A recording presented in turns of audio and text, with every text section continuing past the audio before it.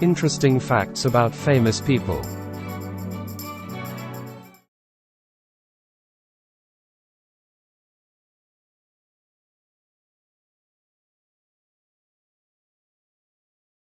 The first Western film.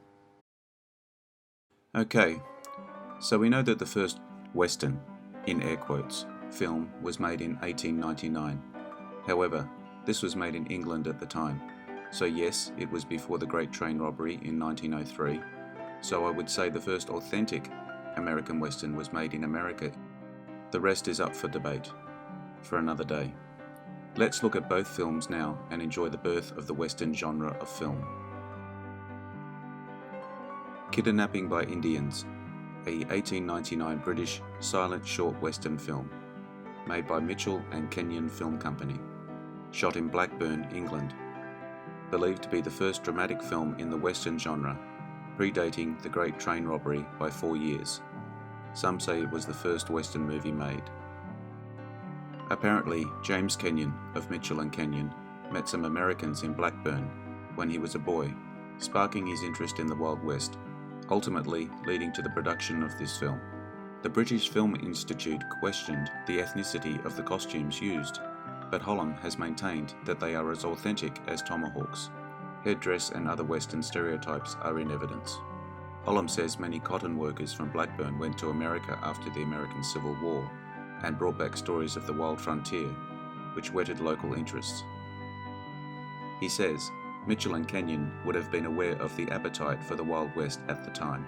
The film was shot in the countryside near Blackburn using local actors, noted for its innovative use of techniques such as composite editing and camera movement. Kidnapping by Indians is a significant film in the Western genre. The storyline of a white girl being kidnapped by Indians is in The Last of the Mohicans and many Western productions such as The Searchers. The film lacks some of the usual Western elements, but so does the Great Train Robbery.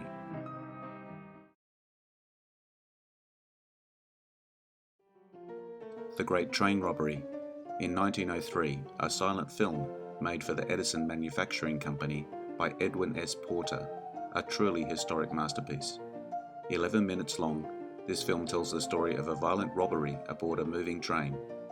Following a gang of outlaws that hold up and rob a steam train at a station in the American West, then escape across mountainous terrain, then finally defeated by a posse. This film draws on many influences, including an existing tradition of Western films, European film techniques, and innovation. A play of the same name by Scott Marble, the popularity of train-themed films, and likely real-life crimes involving outlaws such as Butch Cassidy. Porter oversaw and filmed the project in New York and New Jersey in late 1903. The Edison studio began selling it in vaudeville and other venues in the new year. The cast included G. M. Anderson and Justice D. Barnes, who likely also helped with the planning and staging. Porter's storytelling process, although not innovative or unusual for the time, allowed him to use popular techniques of the time, like scenes staged in wide shot, a matte effect, and an attempt to indicate simultaneous action across multiple scenes. Location shooting and camera panning, and scenes of violent action helped give the Great Train Robbery a sense of immediacy. A close-up shot, which was unconnected to the story, could begin or end the film depending on the projectionist's whim, showed Barnes, as the outlaw leader emptying his gun directly into the camera.